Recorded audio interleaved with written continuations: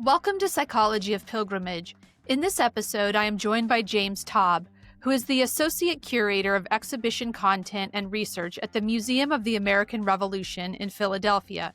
As a public historian, he focuses on the military history of the 18th century and the First World War. James, it's great to see you. It's great to be here. Very nice to see you. We're going to get into talking about a book chapter that you wrote for my edited book with Stefan Michonneau and Frank Viltar. We're going to talk about anything that you want to talk about. I mean, you have so much experience. You're a public historian of the 18th, 19th, and 20th century. You're the associate curator at the Museum of the American Revolution. And you have a particular interest in France and French history over all French history, but particularly over the past couple of centuries. And so I look forward to hearing all about all the things. Thank you. I look forward to sharing. I know you do. You and our audience is going to enjoy listening to you.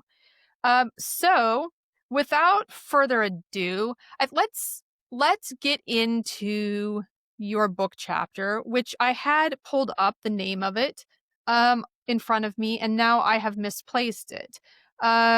It is Le Frère.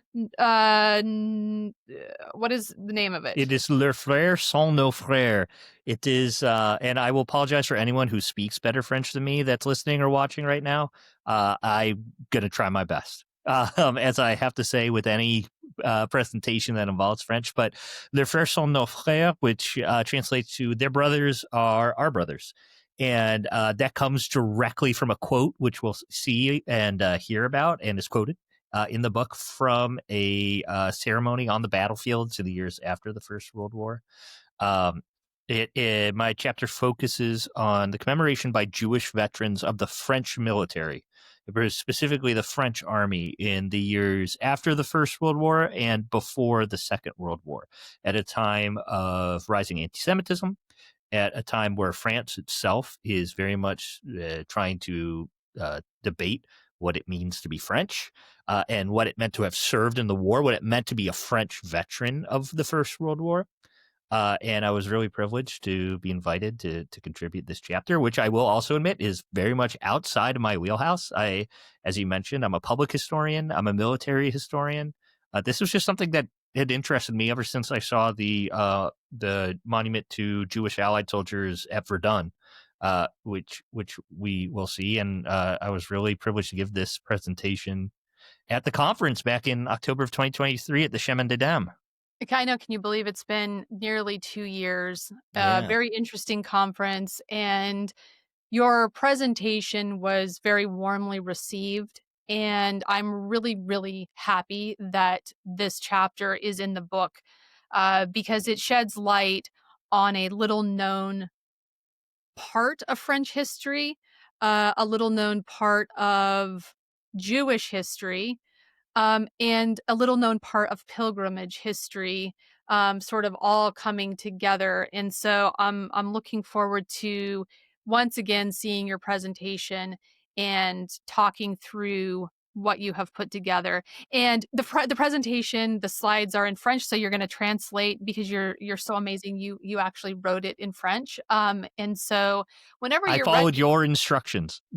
Well, we did. We tried, didn't we? We tried doing this bilingual. We tried like doing this parallel. We're going to do the slides in French and then talk in English, or vice versa. And it kind of turned into a cluster, but it was well intentioned. Yeah.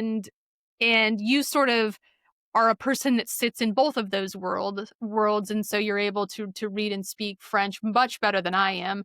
And so you were actually a really wonderful addition to the conference because you were able to communicate with everyone who was there. So I'm ready whenever you are. Well, so here we go, the presentation. Very excited to have shared this, and we'll come back to several of these photographs, but if you are not a French speaker, or if you are a French speaker and couldn't understand what I was saying because I'm not a native French speaker, there is Les Frères sont nos frères. Their brothers are our brothers. And this is about Jewish veterans and their place as pilgrims on the battlefields of the First World War. So just to give you sort of an overview of the service of French Jews and les poilus, which is the hairy ones, don't Google image search it, but it is the nickname for French soldiers of the First World War, meaning because they developed a lot of facial hair during their first few months of service. 180,000 Jews live in France in 1914, the year the First World War begins, which is only 0.5% of the population, but relatively high compared to the rest of Western Europe. This is obviously very small numbers, and we'll get to this community when you think about the Jews living at that time in the United States, Canada, but more especially in Eastern Europe, in Russian-occupied Poland, Eastern Germany, Austria, and Russia itself as well. Of those 180,000 Jews, 38,000 are mobilized. In France, in 1914, by law, every man between the ages of 20 and about 45 has to do 3 years of active duty military service. Doesn't matter if war is ongoing or not. When you turn 20, you have to report to the Army for your 3 years of active service, and then you're in the reserves until your late 30s or early 40s, and they extend that time of service when war is actually declared. So they start conscripting men who are sometimes even 18 years old, sometimes even younger during the First World War. Of those 38,000 Jewish soldiers who are mobilized, 6,800 are killed. Now that, or die of disease, I should say as well. That adds up to about 17% to the total number of soldiers who are mobilized, which is pretty similar to the greater French population as a whole and their service in the war as well. It is interesting that 51% of all Jewish soldiers serve in the infantry, so regiments of the infantry. Of those, 21% serve in the Zouave regiments. The Zouaves are regiments that recruit from French North Africa, specifically Algeria, Tunisia somewhat as well. It's important to note that at this time, Algeria was a department of France. It was considered part of the metropole. And as due to the Crémieux Decree in the early 1870s, as a response to the Franco-Prussian War, Jews received citizenship living in French North Africa, which is something that the majority Muslim population does not receive. And to be in a Zouave regiment, you have to be a French citizen. This is why you see a lot of them choosing the Zouave regiments, either because it was their local regiments. They're part of the large Jewish population in cities like Constantine or Oran or Algiers. But it also served as a testament that they were French. They are French citizens. So you do see quite a large percent of them serving in that unit. It's 21% in the Zouaves, 36% total from Algeria. Again, considered part of the metropole. That's way more than the 23% that are from Paris, the largest city. So it just goes to show where the Jews of France are living at the time. And I think it's important that for the case of this presentation, we're also including North African Jews because they are considered by the French government and the French people to be French at this time. And they very much, as we will see, wanted to include themselves among the number of Frenchmen, even though they may be from Algeria. Can I ask a question here? So is there a differentiation between those Jewish French soldiers who are coming from Algeria and those who may have already immigrated to France proper? Yeah, absolutely. There's definitely different cultural aspects to them. Judaism predominantly, as we know it today, is divided into Ashkenazi and Sephardim. So the Sephardic Jews primarily from the Mediterranean era, the Middle East as well. So that culture is almost very reminiscent of Muslim culture, right? And I often hear Sephardic Jews being compared or confused for being Muslim because of just how similar the culture, the calls to prayers are, the traditions are. Then you also have Ashkenazi Jews, which are predominantly Central and Eastern European. And Ashkenazi Jews will have immigrated en masse to France in the years before the First World War, escaping pogroms in Eastern Europe. Some of them will have been living in France for hundreds of years. There's a mix of, I believe it's a mix of Sephardic and Ashkenazi Jews who have long lived in the regions of Alsace and Lorraine, Strasbourg, Mulhouse, are long-standing centers of Jewish thought, although Mulhouse and Strasbourg are occupied by the Germans in the Franco-Prussian War. So there is a difference, and it's interesting because it also brings us into that bottom number, which is those 1,800 foreign volunteers who are killed. Right, there's way more soldiers who serve, but 1,800 are killed, and those are predominantly Jews from Eastern Europe fleeing pogroms, who find themselves in France. So they're going to be Ashkenazi, maybe from Poland, maybe from Ukraine, Western Russia, and are going to immigrate, not as we are aware of so often here in the United States, all the way to New York. They make their ways to Paris, and they find themselves wanting to serve the country and volunteering when war breaks out, or sometimes shortly after, predominantly in the French Foreign Legion. And we will see them take a key role in remembrance for French Jewish soldiers in the years after the First World War, to the point that they actually have their own memorial plaque inside Les Invalides, in the core, the heart of Les Invalides, the center really of the French army. Yeah. Can you what was the photo of? Yeah. So that photo it highlights that some of this diversity in the French Jewish population. So you see the Hebrew letters at the bottom, which unfortunately, Mhm. surprisingly, I don't speak enough Hebrew. I speak more French than Hebrew. But these are French Zouaves, Jewish Zouaves, I believe, celebrating Passover. Mhm. Uh, in the years leading up to the war, these guys are doing their mandatory 3 years of military service. For them, their unit is the Zouaves. And yeah, they look Middle Eastern because they're from Algeria. So it is carrying that tradition of longstanding service in the French army. Here's another example from the war itself. This is from one of these Zouaves, these Jewish Zouaves, and it is talking about a idea of pilgrimage after the war. So you can see this is from the Jewish community newspaper in France called the Jewish Universe, the Israelite Universe. You see in French, Israelite is used predominantly. And this is from 19th of June, 1916, directly in the middle of war. Battle of the Somme hasn't even started yet. This is at the height of the Battle of Verdun. And this soldier is recounting an incident during the Second Battle of Artois, which was the year before in 1916. And he says, after the war, we should come to as pilgrims to Artois.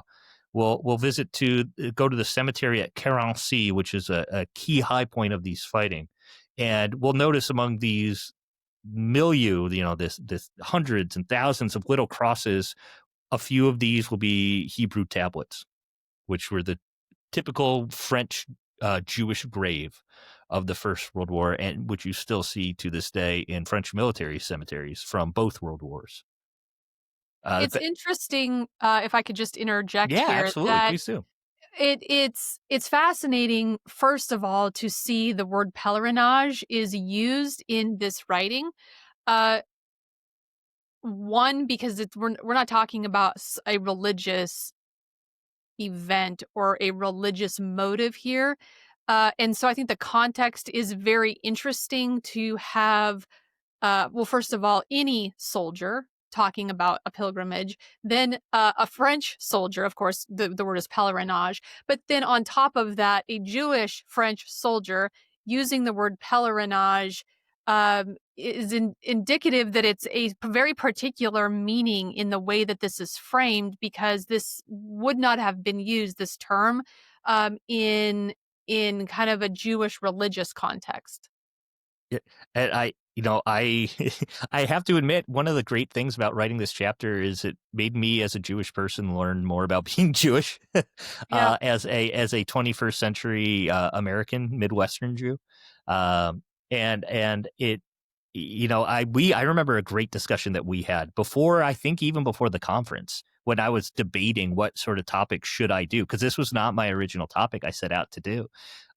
And we went back and forth, and you asked me, well, what is the Jewish tradition of pilgrimage? And I had to go, I have no idea. So I remember looking it up with you, and it is interesting just to see. And I'd be interested both for you and the listeners, the watchers, and anyone interested. Is there an adoption of Christian ideals and typical French ideals, which is something we explore in the chapter, by these veterans to fit in a little bit more? Yeah, there is well, now that I'm thinking about it, so the anthropologists David Geetleitz and Linda Davidson have written about Jewish pilgrimage, particularly in North Africa.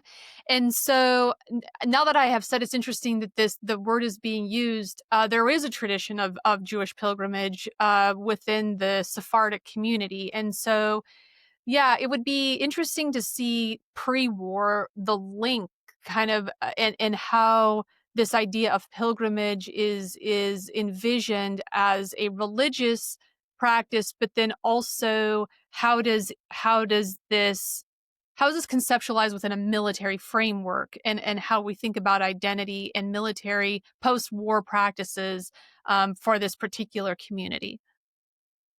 It is interesting in that something that we didn't have space to, but someday someone smarter than me should explore.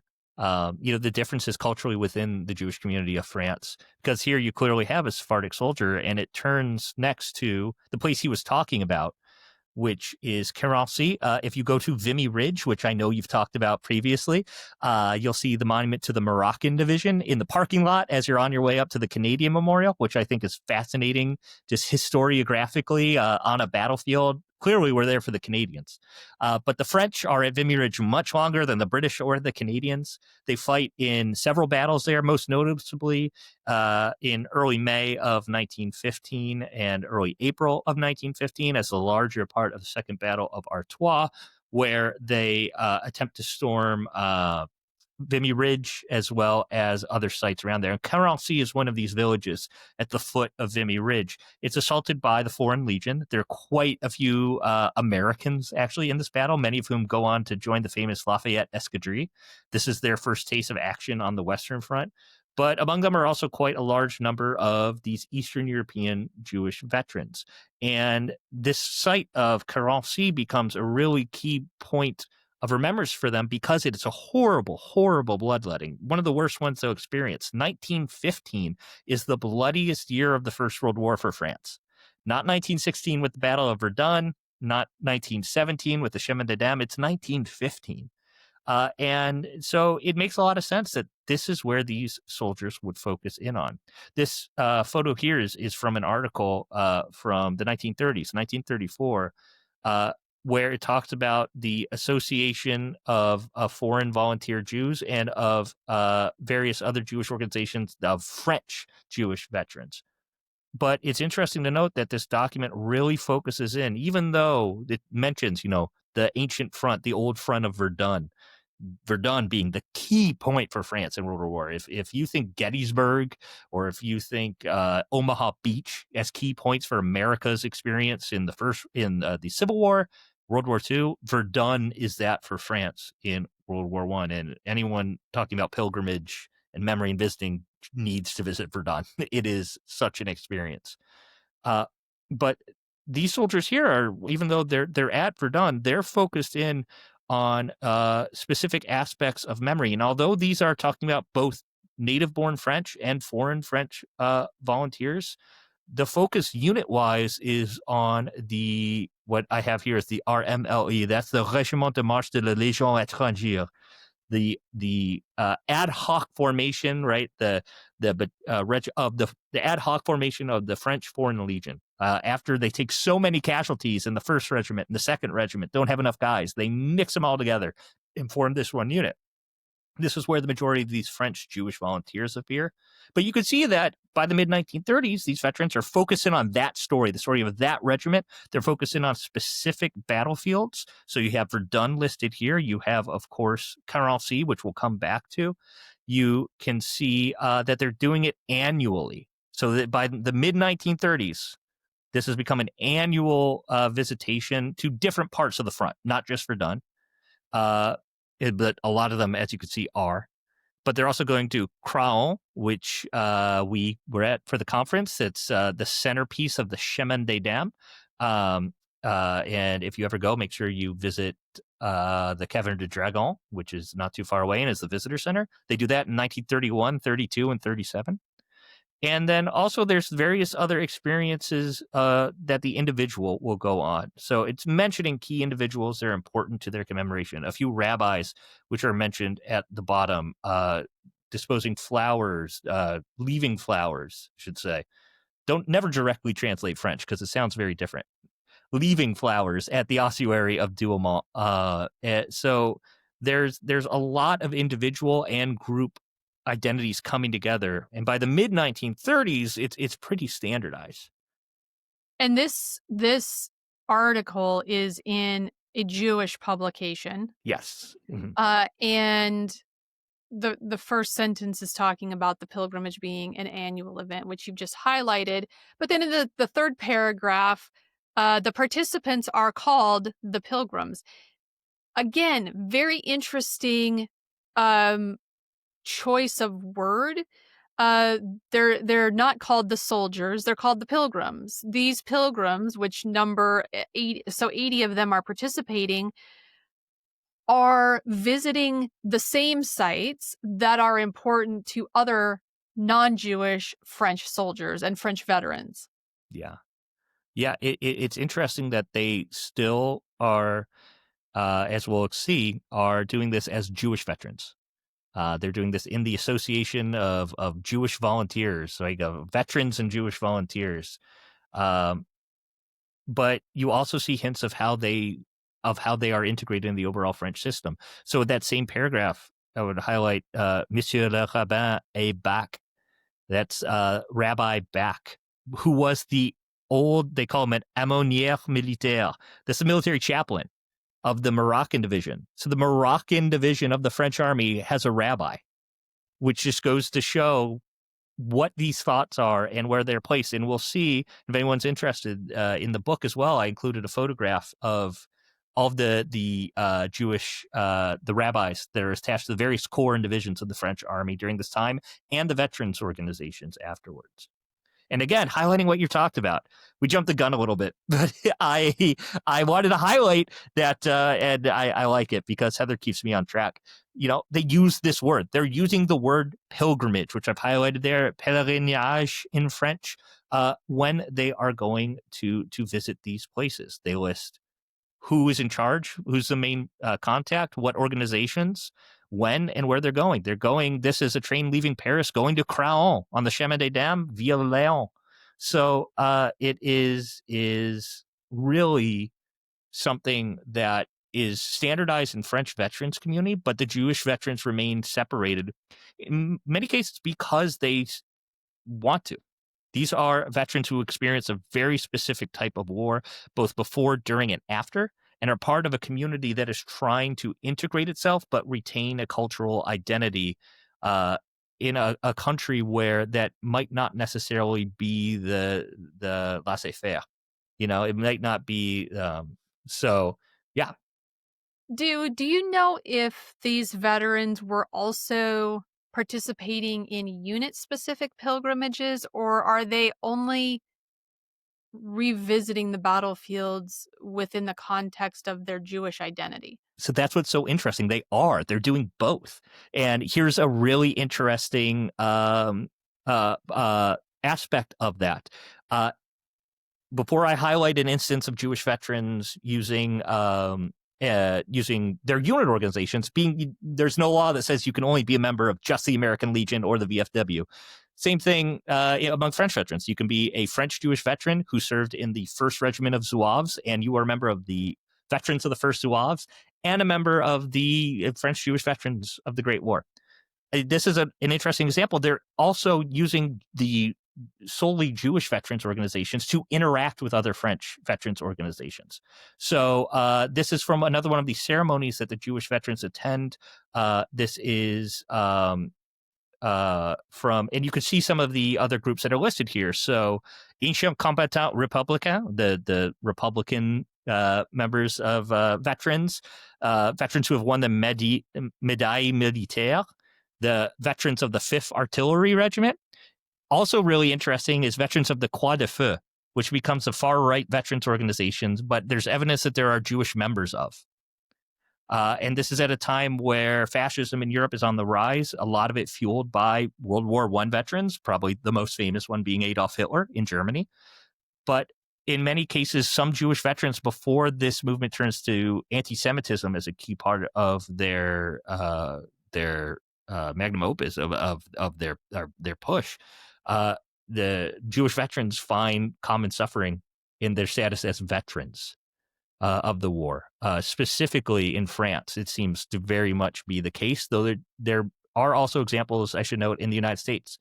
But really interesting that the Croix de Feu have presence. And it says here, literally listed right before accompanying the Ancien Combattant Volontaire Juif to the monuments of their dead. So particularly interesting as well. And the rabbis, again, and some of the leaders of the veterans groups, which again are called veterans, called pilgrims, listed here in this article. And then there is efforts as well to mark French Jewish graves as Jewish, although there are quite a few that I found. We were actually talking before we started recording about an American effort to change this. There are quite a few that remain to this day under crosses, though we do know they are Jewish. And this is just another example of that. On that same battlefield, Notre Dame de Lorette, which is a key point in Artois just next to Vimy Ridge. And again, a really moving site that I think is often, unfortunately, overlooked by English-speaking visitors to the Western Front. So next time you have the secret to go visit Notre Dame de Lorette as well as Vimy Ridge. A quick question. Are at this point, well, pre First World War and then during, the French military records, do they include information about religion? I think something that we haven't mentioned yet that is important to note, and that I think a lot of other folks don't fully understand, is the French, or comprehend, I should say, is laïcité. In the United States, we understand it as separation of church and state. It is much more direct in France. And in the Third Republic during the First World War, it got to the point that officers who were overtly Catholic were considered more right-wing and were excluded from promotion, excluded from government. There's a few affairs before the First World War that play this up. So religion is not part of this at all. And I think it's also interesting that there are quite a few French folks who have talked to are fascinated by my interest in French Jewish veterans. So what if they're Jewish? And I think it comes down to how we view identity as Americans, how we view heritage as Americans. And I think it also answers a lot of questions of why do French Jewish World War I veterans act the way they do? It's because they thought they were French, and it didn't matter. They just also happened to be Jewish. So the French government doesn't make any effort to separate religion and there's not on your dog tags like it is on American or British dog tags. It is not on your soldier's field book like it is in the American soldier's field book, just based on, hey, if I killed, this is what I want to be buried under. So it is a different culture. Yeah, why is it important in death? Why is it important if culturally and legally and kind of historical precedent um, is focused on the what we would think of it. You're saying the separation of church and state. Why does it become important than what the gravestone is? I think for the individual, um, you know, Jewish burial practice, Jewish burial rites are quite important. Um, I I hesitate to answer without having all of the information on as to Fair. why the French veteran, excuse me, the French military cemeteries and end up how they identify and how they go about it. Obviously, we're talking, ABMC, the American Battlefield Monuments Commission, is going through something like that right now. Um, and so it is interesting. It should be noted as well that one of the most fascinating things that I think is really moving about French military cemeteries is because they had such a large presence of recruitment in North Africa and in sub-Saharan Africa as well. Uh, the Muslim graves, which you see Mhm. a lot of at Verdun, Mhm. at the Douaumont, they're all facing Yeah. Mecca. So there is an attention paid to that. But not having enough information on it, I hesitate to comment. But it is interesting, and it's a question that someone should answer if it hasn't already been answered. It's an obvious question. I would imagine someone has answered, or 10 people or 50 people. It's just popping into my head right now because I do think it plays into the pilgrimages. I do think that the reflection of identity, and if tombstones are being changed to reflect that, it's a commentary on something. What and that something has to do with religious or cultural identity, and that's super fascinating to me. Part of me does wonder, um, again, and don't quote me on this, listeners and watchers, but part of me does wonder if it just had to do with what original marker had been set up. Mhm. In photographs of these cemeteries from both world wars, French military cemeteries, you do see clearly different symbols. Obviously, they have ones with a large amount of Muslim soldiers. They have one specifically for Muslims, but you do see in photographs distinct Jewish markers that are those temporary wooden markers set up by the soldiers' comrades. So it could have come down to who buried him originally and what marker did they place there. It could have been, did his friends who know him bury him and knew that was important to him? Yeah. Um, or was he thrown in a mass grave and then pulled out after the war and by someone who didn't know him? So it Are there is, circumstances where Jewish soldiers were repatriated and buried in Jewish cemeteries? yes. Yeah, one of the most common ones, because eventually the French government does give into public pressure and offers bringing the war dead back to their towns, to their families. Um, it is much, much different than how the British do it, which they say no, they have to stay where they lie.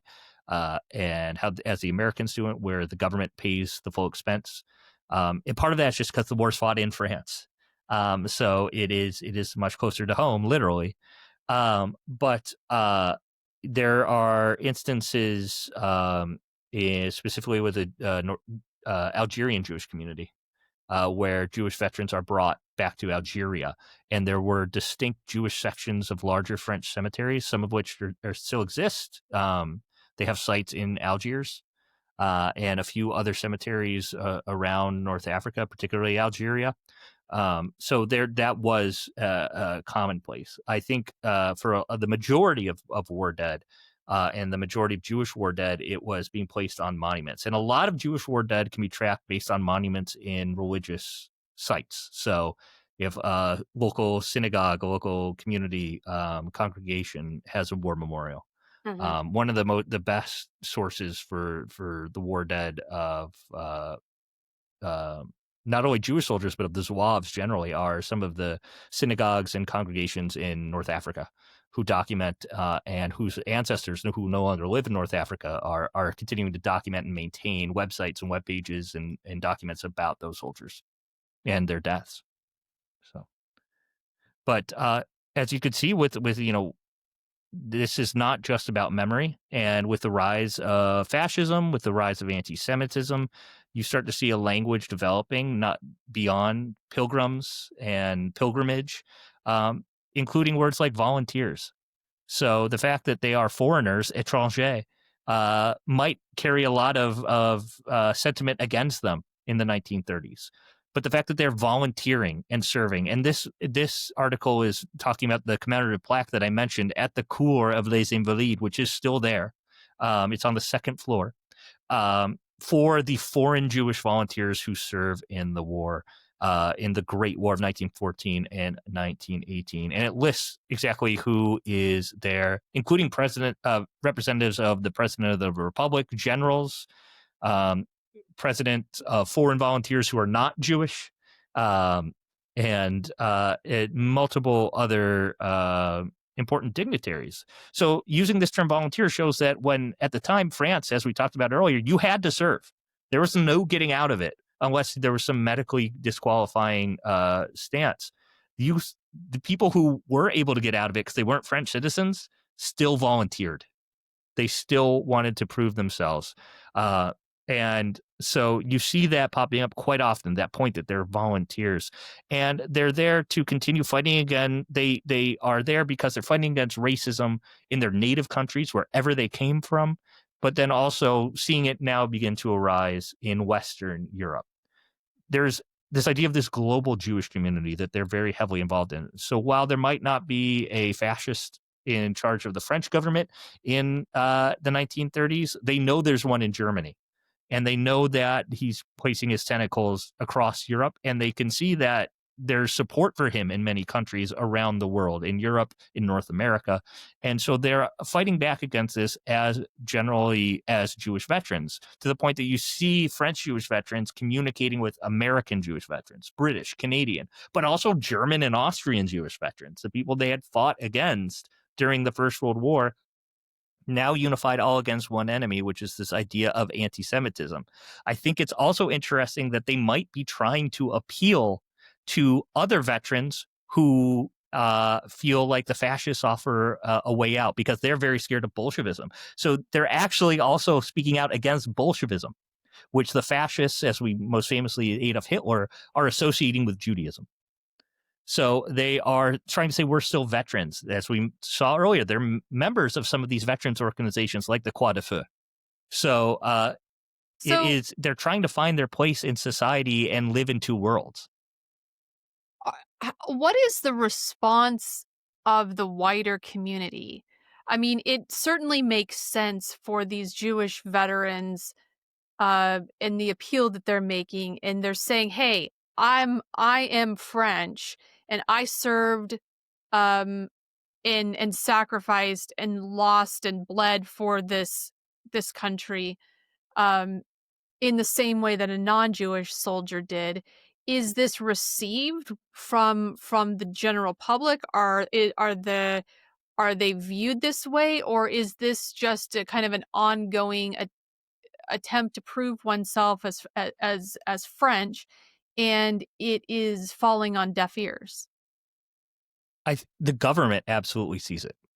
And you could see it through stuff like this, where this is a memorial for in a conference, a world conference for Jewish veterans, but it's on the anniversary of that battle in Cameronians and the Battle of Artois. But you could see that not all of the representatives here who are present are Jewish. So you have the Minister of War, Mhm. General Morin, Jean Fabry, a deputy in the Chamber of Deputies, and president of the Army Commission. So there is, and you have veterans here who are a member of the foreign veterans who are not Jewish. Nazar Aga, which you see listed at the bottom, is an example.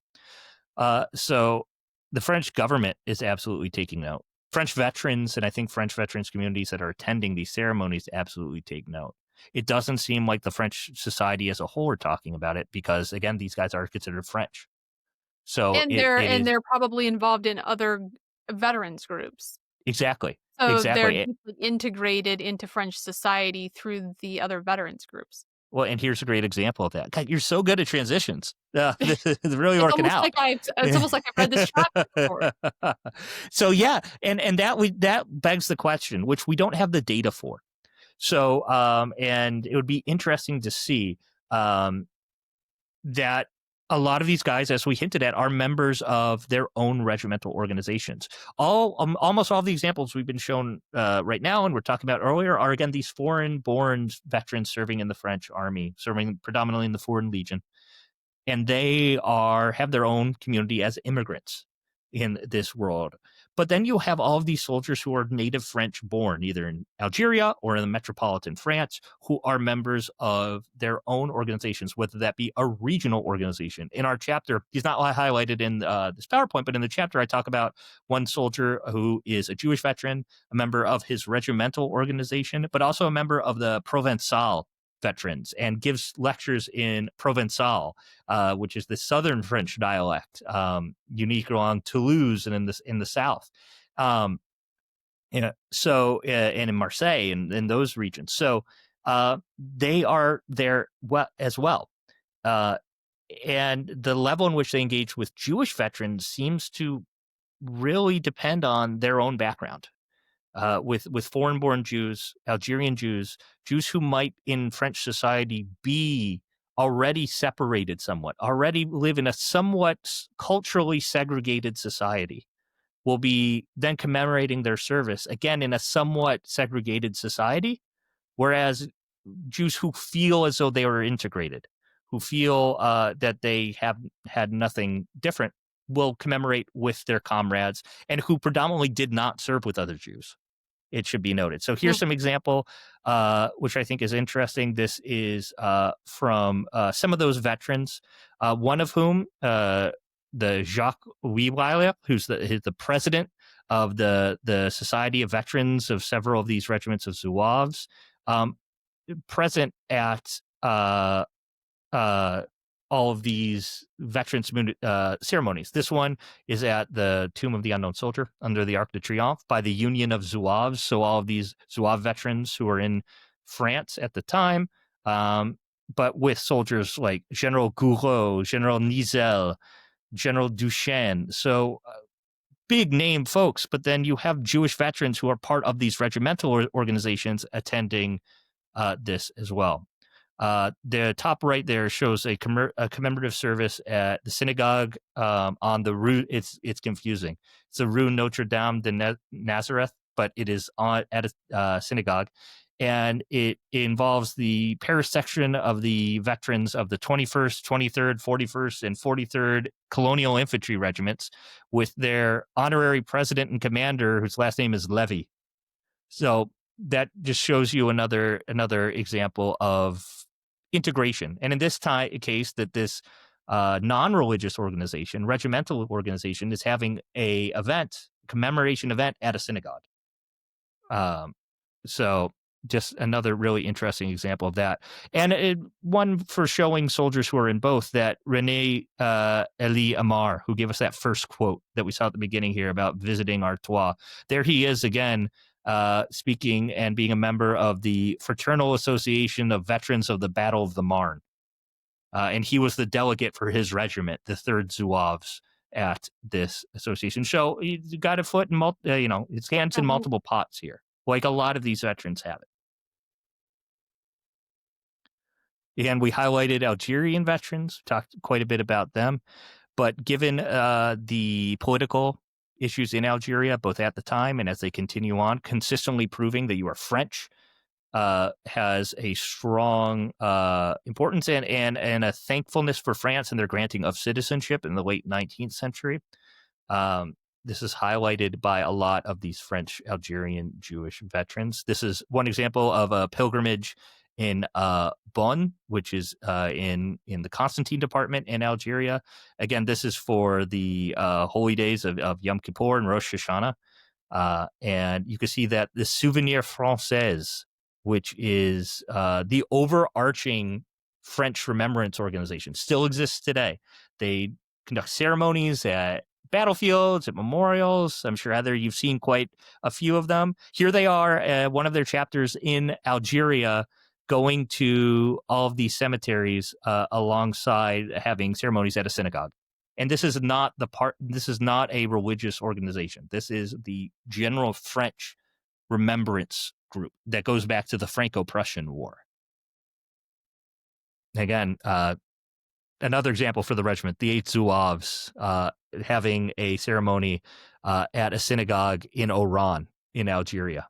So a mix of all of these different cultures and ideas, possibly just because it's an open public space, but also there is a strong connection to a lot of these soldiers, a lot of these Jewish soldiers who still face anti-Semitism in these regiments, but again, feel themselves as serving in the elite of the French army.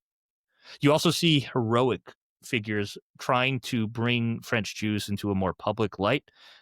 This is one, interestingly, it's a Jewish rabbi who becomes famous for holding a cross, which in itself has a lot of, what does this actually mean stories. It's Rabbi Abraham Bloch, who is serving with the French army in the war. He's doing his duty as a rabbi to one of the French Army Corps, and he's killed by a shell. The story goes that he was giving last rites to a Catholic soldier who requested his cross, and he was giving to them. And so you see this moment of co-religious harmony. Unfortunately, both of them are killed, and he becomes a hero to the French Jewish community, as well as to the overall French veterans community, showing that patriotism and this union sacrée between the political parties extends to religions as well. The union sacrée being formed by the French government at the start of the war, saying we're putting aside partisan debates, we got to focus on winning the war. This carries over to this, and I think it's also really interesting that at this ceremony, which is highlighted, building his monument in the article on the right, one of the representatives is the lieutenant colonel of the 3rd Moroccan Tirailleurs Regiment, which is the historically Muslim soldiers of French North Africa. And you could see these organizations specifically refocus their efforts on using memorialization and using these yearly battlefield pilgrimages and other battlefield visits to combat the rising anti-Semitism. And they specifically call out Joseph Goebbels and the Third Reich in this article from the late 1930s. They begin to really try to figure out how to make themselves stand out. 1933, obviously the year Hitler comes to power in Germany. You see that internationally, Jews are trying to show that they fought, that they are part of these societies. And in France, they are sending out letters to Jewish veterans organizations in Germany and Austria, basically trying to help them get out or combat the rising anti-Semitism in their countries as well, and organized to make sure that it doesn't happen in France. You see this continuing with various synagogues, religious memory, and for the synagogue, again, the same synagogue, the Notre Dame de Nazareth, the Union Nationale des Anciens Combattants. Again, this is a non-Jewish organization. It's for all French veterans coming together to commemorate. It's interesting, though, that this is where you start to see this divide opening up. The bottom paragraph there, the associations of Jewish veterans are not represented at the ceremony. It may be due to an act of protest. They don't appreciate that the UNC is taking a more right-leaning stand towards fascism. It could be that this was a march that the Jewish veterans did not feel welcome at. So, but it's being held at a synagogue? But it's being held at a synagogue. Yeah, that's a glaring incongruence. Yes, right. So it's to be dug out that there are stands being taken. There are stands being taken by the Jewish veterans. There are stands being taken by these larger organizations. It would be very interesting to dig into the correspondence, if it still exists, to see what, especially with this system or this particular instance, where that's coming from. But it is a highlight here that Jewish veterans are beginning to take stands and not attend pilgrimages, not attend ceremonies because of political disagreement and rising anti-Semitism in not only France, but across Europe, but being felt very heavily by veterans in France. This all kind of culminates with the Great Pilgrimage, and they do call this the Great Pilgrimage to the Wall. Le Mur is often referred to in these Jewish magazines to reflect to the monument to the dead Jews and to Jews who served in the First World War in all Allied armies. This is at Douaumont. This is right by the ossuary. You drive past it on your way up. It'll be on your left. And it is interesting that here they are in the town of Verdun before they proceed up to Douaumont with the flag of the foreign Jewish veteran volunteers there. The highest ranking Jew of the French army, whose name is Alphonse Weyler, it helped to organize this beginning in 1936. It's actually dedicated in 1938.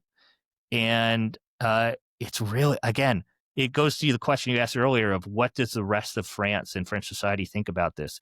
The invitations of honor go out to the minister of the Marine, whose name is Kempinski.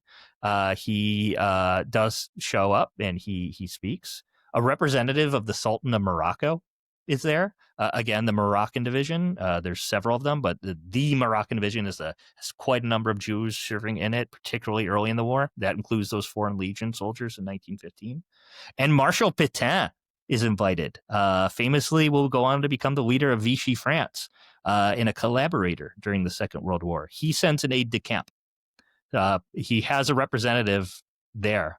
And it just, again, goes to show where these veterans viewed themselves in society, and they still look to Pétain as the hero of Verdun and their general from the First World War. Visit it today. There you can go and see it. This is from my first visit with my grandparents when I was 16. And this is exactly where I got the interest in this topic. It was fascinating to me that this holds such a place of memory. It's such a key and important spot for French memory of the First World War, and frankly now German memory, as Verdun and Douaumont in particular comes to symbolize the European suffering, not only in the First World War but in the entirety of the 20th century. And reconciliation as well. Can you go back to Yeah. the slide and read what it says? Yeah, so it says to the French, Allied, and foreign volunteer Jews who died for France. So, Mot pour la France between 1914 and 1918, and it is interesting that this is repaired. This was filled in with concrete by the Germans when France was occupied during the Second World War. So it is interesting that they are including the Allied Jewish soldiers. So that would include soldiers from the United States, Britain, Canada, etc., who have representatives at the dedication as well, I should mention. There are Jewish American veteran representatives who come over from the United States for this. So they're all being included in the overall fight, but I think it's so interesting. They include Mot pour la France. Doesn't matter if you're an American soldier who was killed, you died for France. Yeah. And that goes in, I believe, to the political messaging that they want to get across in the summer of 1938. All of these folks came over to fight for you. So the monument here is the Ten Commandments in Hebrew. So you've got that religious aspect to it overhead. My Hebrew school teachers would kick me if they knew I couldn't read each word. They would. As would my grandfather, who took me here. I said the sole reason I'm interested in the First World War is he dragged me kicking and screaming to Verdun as a child. But that'll make an impression. That is going to set into motion all kinds of life trajectories. No, for better or worse, right? Yeah. But yeah, so it is the Ten Commandments. And then this message to French, Allied, and foreign volunteer Jews. So particularly interesting. And I think a lot of that has to do with American funding, American attention, and to show how many Jews, no matter what their nationality were, came to serve France during the war, even if they were serving France by serving in the American army or in the British army. There is that aspect as well. So this is talking about the following year. This would be the last pilgrimage before World War II begins. This is on the reporting on the July pilgrimage of 1939. Um, there were 30 veterans who came out to Verdun and left flowers at the monument at Douaumont, and another one at the ossuary of Douaumont. Um, they said Kaddish at the synagogue of Verdun, which had been rebuilt after the First World War. Um, and The affluence was particularly grand on this day. At Verdun, the Jewish pilgrims, took part in the inauguration to the Engineers of Resistance offered by the Dutch government. This ceremony was presided over by Monsieur Ducot, the vice president of the chamber. So they're still very much being part of this national and international spot of memory, um, and they know very much at this point. You know, war is coming in under a month. Uh, so that is the presentation. I'll stop scaring my screen here. Uh, when did deportation start in So France? yeah, France. Obviously, France falls in June of 1940. Deportations and rounding up. The rounding up of Jews begins relatively quickly. I believe deportations begin in 1942. And it's especially sped up once Operation Torch begins, which is the Allied invasion of North Africa, again French North Africa. Um, Particularly the Val d'Ivre is a particularly horrible instance where that's the majority of the Jewish community in Paris are rounded up. Was that And it was there's called the Ville. I've been on mhm, a tour, and I think there's a plaque about mhm, this yeah, exact moment. yeah. So in that one, it is interesting, and it's complicated to talk about in that France has the lowest percentage of loss of its Jewish community in European countries that were occupied during World War II. And you see that used as an argument to back up Vichy, but it's not correct. Vichy was complacent in the deportation, as was Marshal Pétain. But it is part of it is very much still part of an ongoing debate in France, and French memory of the Second World War, which is obviously much more controversial than memory of the First World War. So it is interesting. At the same time, you also start to see Jewish veterans of the Second World War, and there's, I believe, their website's still active. There's a French Jewish veterans of the Second World War organization. A lot I of was these gonna ask folks. about that. Mhm. If this pattern continued with veterans organizations, Yeah. for Jewish veterans. Yeah, so it's interesting that that organization again focuses heavily on French Jews who come from Eastern Europe and volunteer in the Foreign Legion in 1940, and before France falls. And so you see that organization continue. World War One veterans, unfortunately, there just are not a lot left after the Holocaust, after the experience of the Second World War, to document, to know. And I'm still searching for good sources on what happens to those who survive, um, the few who survive into the 1940s, 50s. But you do see this with the Second World War. It's also interesting to note how much of Free French leadership in the Second World War were actually Jewish. At least two key members of de Gaulle's staff, civilian and military. The president of the Republic in the 1930s. So there's quite often a lot of leadership responsibility taken by French Jews in as part of Free France in the years after the war, who, given their position and their background as French-born Jews, are much more aligned with their Frenchness than anything else. So Yeah, it's a complex issue, one that is very relevant today in 2025. Yeah, I remember. It's Go ahead. interesting. I was thinking about this the other day that we did this program. Um, I October 7th happened while I was in France. Um, and I didn't fully understand what it was happening when I gave this presentation because I wasn't watching the news. I was on vacation and I was on a work trip. Um, so it was interesting. It is interesting to see some more discussions happening about Frenchness, about place in society. It is an interesting sort of juxtaposition. Obviously, very different circumstances. Um, Different but circumstances, but the same tropes have reared their ugly head again, um, and kind of a focus on dual alliance, and what that means, and can someone be a patriot in their own country while also being Jewish? So these are the same types of questions that are being asked in the lead up to the First World War and then in the interwar era. yeah, How and so obviously we haven't mentioned the big.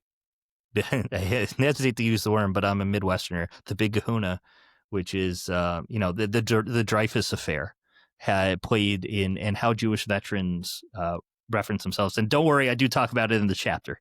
Yep, um, there. um, and how the French Jewish community views themselves and views military service in the aftermath of the Dreyfus affair is also a key aspect in how veterans look to commemorate their service to both be French and stand out that Jews served. Yeah. It's a having your foot in both camps and trying to stay standing upright is the complication for many French Jewish veterans. You talked about your grandparents when you were 16 taking you to Verdun, and I don't know who can visit there and not come away completely appalled at the scope of loss of life. I mean, it's overwhelming, and so it makes sense to me that you would become interested in the historical aspects of this, and then in the military aspects, and then, the Jewish were you interested in the Jewish part of this at that time outside of going to the memorial? Not really. It popped up because I in my research in the French army generally, I discovered a book on Jewish veterans. A list of all basically it's a list of all French Jews who died serving France in the Great War. And then I found some other more recent books by some historians who've penned on the overall community. And I just thought it was very interesting because it's something that in the United States, we document all of our heritage. It doesn't matter if you're Jewish American, Italian American, we all have that hyphen and we're pretty proud of that hyphen of being, well, I'm from South Philly and I'm Italian or, I'm from the Yeah, Lower we've East got a Side lot and of I'm Jewish. Venn diagrams happening in Yeah. terms of Yeah. their identity Venns, right? Yeah. Where that's an important part of American identity is Yeah. these different pieces. Yeah. So I think it was interesting to see how that community represented itself. And I think, honestly, one of the things that motivates me about history is finding myself in history. I've never served in the military. I am very thankful for that. I have not gone through any of the hardships that soldiers fought in World War I. But I remember when I was a little kid, I knew I've known I wanted to be a historian since I was about 5 years old and saw the movie Gettysburg. That's what did And it. that's what did it. And I'll never forget that. And my dad and mom used to take me to rent that movie from Blockbuster all the time. And then eventually they gave in and we got the VHS of it.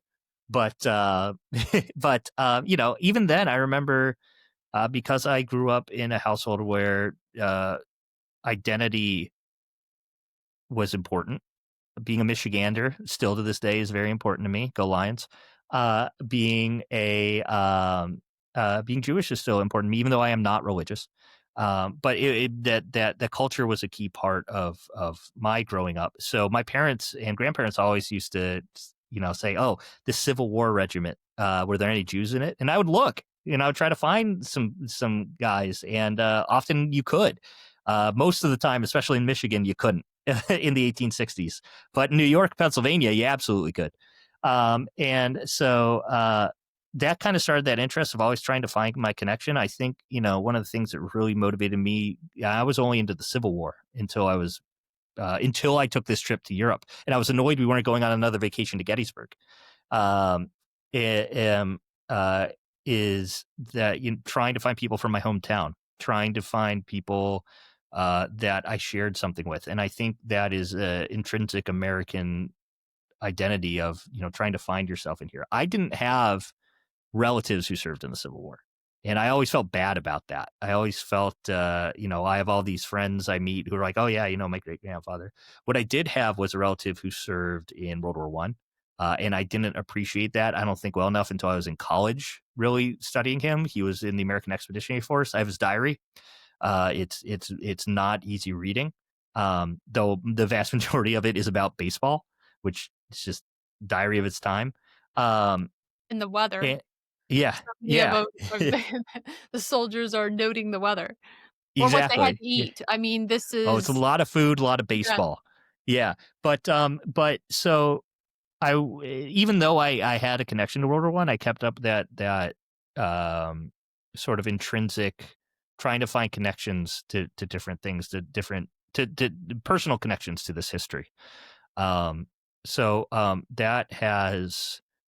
That kind of also drove this as well, as I gathered interest in various units of the French army and various battles. I'm like, I wonder if there are any Jewish people. I always have my grandmother Ellen's voice in the back of my head. Is this the legendary grandmother that we've Oh, discussed? there's two legendary Oh, grandmothers. you've got 2. You Yeah, are one most of the people do, fortunate but enough to have 2 legendary grandmothers. I do for very different reasons. But no, grandma, my mom's side, my grandmother and grandfather were the ones who took me. And from the Michigan side of the family, I also have the Philadelphia side of the family. But yeah, I always, I think it might come from the fact that they used to, watching a movie or watching the Oscars or something. Oh, they're Jewish. Oh, do you know they're Jewish? And I think that extends to all cultures, especially in the U.S. So, like, I hope that there's an Irish American family somewhere who gets really excited when they're like, oh, his name's Kennedy. It's so I always kind of have that in the back of my head, and I think it's just because of my family. Yeah, and your curiosity, and like you said, you're trying to find your place in these historical events and people, and so I mean, because you're all over, you've done so much, and it's like you've had multiple careers in your young life already that are tied to public history. What are you doing now, and how did you I mean, you were at the World War One museum for several years, and that's actually how I came to know you is our mutual interest in World War One. And our My mutual love for less about Jonathan Bratton. Brian's getting a shout out in this He episode. is. Yeah, Um, and our mutual love for France, yeah, and croissants. I mean, come on. And absolutely. so, um tell me how you ended up at, like, focusing on the American Revolution. I mean, this is a big moment for, a military historian as we are approaching the 250th, um, commemorative year of the American Revolution. How did you end up there, and how does it tie back to all the other pieces you've talked about? Yeah, so I've been at the Museum of the American Revolution here in Philly since January of 2023. Yeah, and I came from the World War One Museum.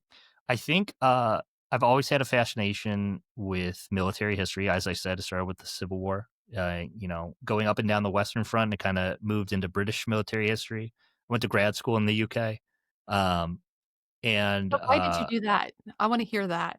I wanna yeah, hear how you ended up. it has a lot to do with another person who I think would be great for this podcast, which is my intro to British history professor, from my freshman year in college, whose name is Dr. Ian Isherwood. He's now a tenured professor at Gettysburg College, um, and is the head of the Civil War Institute there. But his focus is literature in the First World War, and he did his PhD at Glasgow, and was pretty instrumental in advising me to go there. I also already had friends in Scotland, based on just my research interests at the time, which were Scottish troops of the First World War, and again Scottish Jews. I somehow got myself dragged into that as well. And so it just came naturally. And plus, not to be a motivational speaker, but I had pretty bad learning disabilities growing up, and even more so than just I want to get a history degree, therefore I hate math. But I found that the British system, particularly at a postgraduate level, suited me much better. I did what I wanted topic-wise and explored and went to conferences, not because it was a requirement, but because I was genuinely interested and supported and nurtured by my professors. Mhm. So I did really enjoy that. I also meant that I was over there during the centenary of the Great War. So I got to be at conferences around the 100th anniversary, attend ceremonies. And it set me up to join the World War I Centennial Commission when as an education coordinator, when I came back to the States in late 2017, early 2018. And it was actually my experience coming back to the U.S. and interacting with the Mission Centennial and the French veterans that got me to switch over to French, where I recognized that growing up, the only history around me that I was actually interested in was colonial history in Michigan, which was French. Mhm. And I then slowly started to realize all the misconceptions and preconceived notions Americans had about France and French history. I had taken French at Dickinson, so I was already conversational, even though I did not get great grades. I will say that right now. But it really opened a whole new world that I felt like hadn't been explored by public historians. And hadn't been appreciated because it's in every aspect of American history. When you I say really you're talking about the French, French yeah, French history history in and French connections to the United States. It goes beyond we fought together in the First World War, and what I focus on now is French participation in the American Revolution. It goes much, much, much beyond, especially in military history, but it's a social history as well, down to, I live in Philadelphia now. I'm very proud to be here. It's my favorite city in the U.S. Um, uh, and, the Benjamin Franklin Parkway, the bridge, Rittenhouse Square, all that designed by a French World War I veteran who French becomes an history is critical. It yeah, the Bonapartes come here after Waterloo. I grew up You know, in Wyoming, and a large number of place names are French. Why is I mean, because it's because of French fur that's who traders settled there.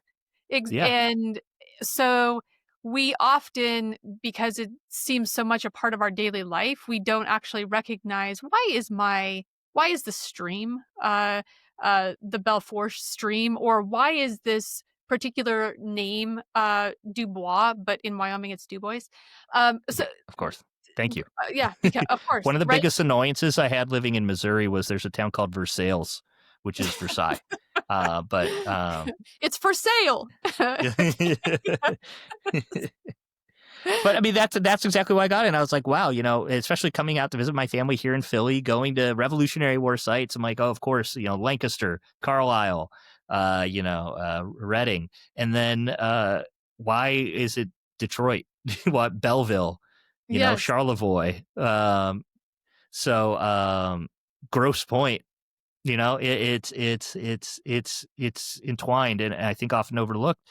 And so working with the Centennial Commission, working in the First World War was great. And I was really interested in growing my career as a curator and as a public historian at a new and up-and-coming and fantastic institution that's making a great difference. And it's a place where I can continue to talk about French history and the importance of France to the United States at a time when, although I still to this day love and work with World War I outside of work, at a time when the focus will be on the history of the American Revolution as we approach not only the 250th of the Declaration of Independence coming up in July of next year, but then also all the anniversaries of the revolution leading to Yorktown and the Treaty of Paris after that. So it's a really interesting time to be here and working on it. And I get to work with French history every day, What's the which coolest I item you love. have?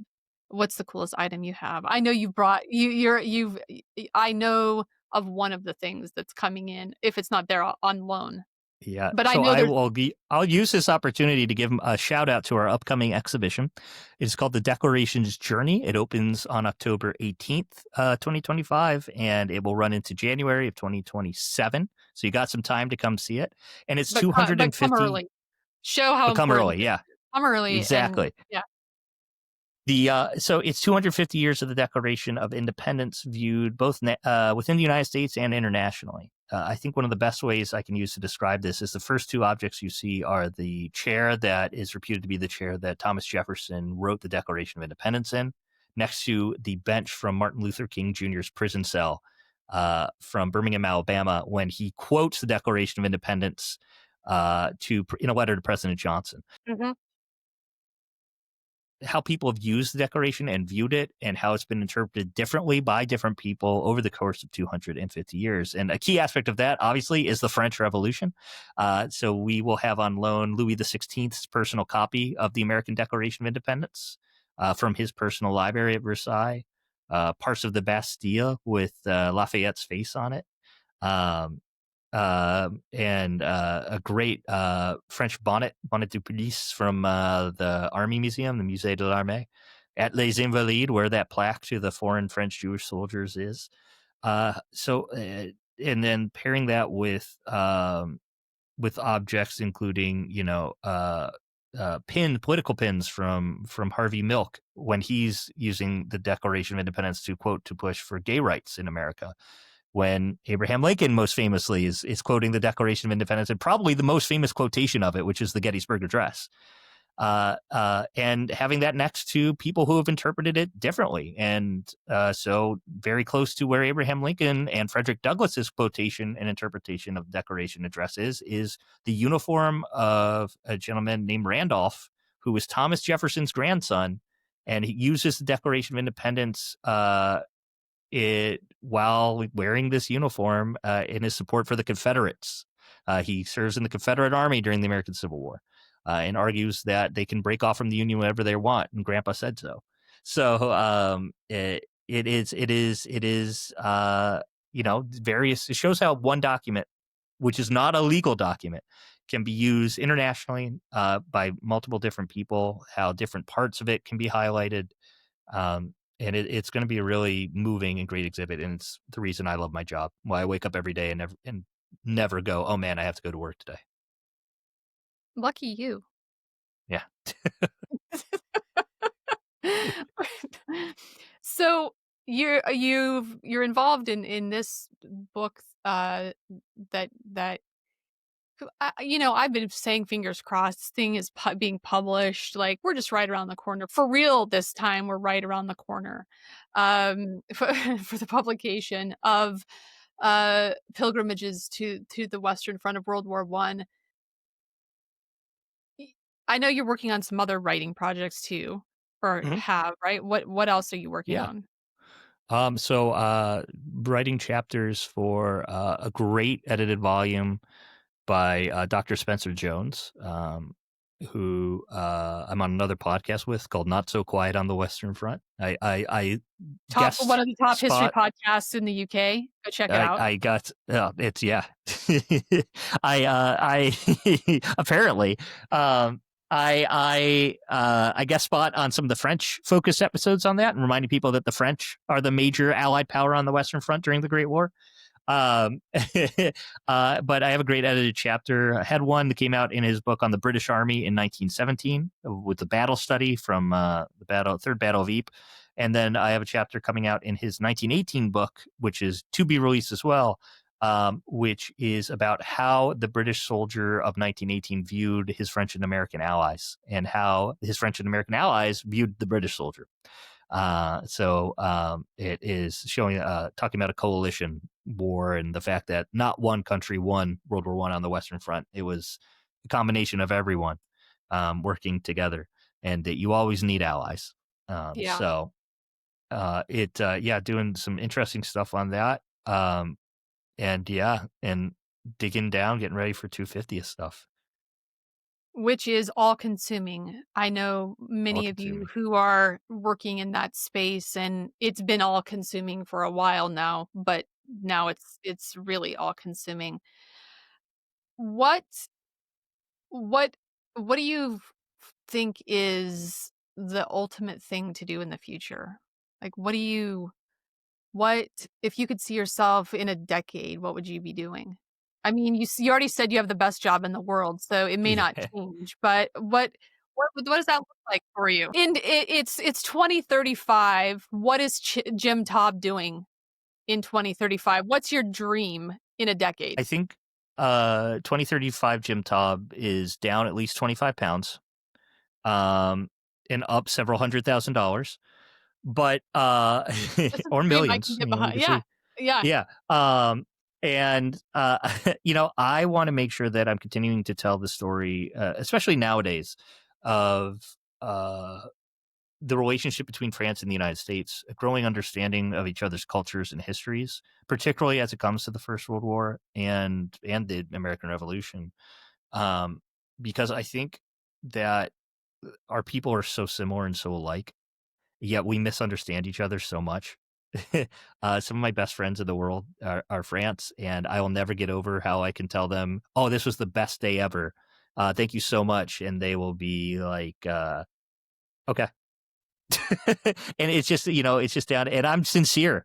But so I would love to keep telling the French stories to Americans, um, and hopefully make American stories resonate with French audiences. And there's some great sites doing that. I made sure to wear one of their T-shirts today Yeah. for What's the site? so that is Musée France 40 in Theme, which I believe you've had another podcast guest I on. have, and I've been to the museum myself. It Yeah, is an outstanding, place, and the story behind it and the people involved, it's amazing. So if you're in France, go to FEME and go to the museum. you have to. And it does, for me as an adopted card carrying Pennsylvanian, it is incredibly moving to go to that town, Mhm. site of the Pennsylvania National Guards fight in 1918, and seeing what that team there, Robin and Laurent, and all of their friends, family, and coworkers, Marine as well, have created is so moving, and they're continuously adding to it, and it's a perfect showing of that Franco-American working together to tell each other stories and tell and really come to the conclusion that I think everyone will come to, that it's one unified story. Yes. So Yep, and our yeah, colleague Aaron Heft has written about the special relationship between Meadville, Pennsylvania, and FEME and FEMET, and so that's also a wonderful contribution to this volume. Thank you so much for taking the time to be here and to rush home in the rain. thank In you. order to record this. It's always fun to talk to you. You're inspiring, and you've got so much passion for what you do. And your message has always been the same since the day we met. You have always been very much interested in what you just exactly described, which is I want to promote this Franco-American friendship beyond kind of just this idea that it exists, but why it exists and the specificity about why is there a special relationship between the United States and France. And so you've never deviated from that in the years that I've known you. And so I can also get behind what you said, the Jim Taub in 2025, or sorry, 2035. I can see you doing exactly this because it's what you're already doing. So I wish you continued success in all of the pathways that you're taking to get to that end goal, and really appreciate your time. Absolutely. It was a pleasure to join, and I can't wait to listen to everyone else and see the book. No. Yeah, we're all there. We're all wanting that same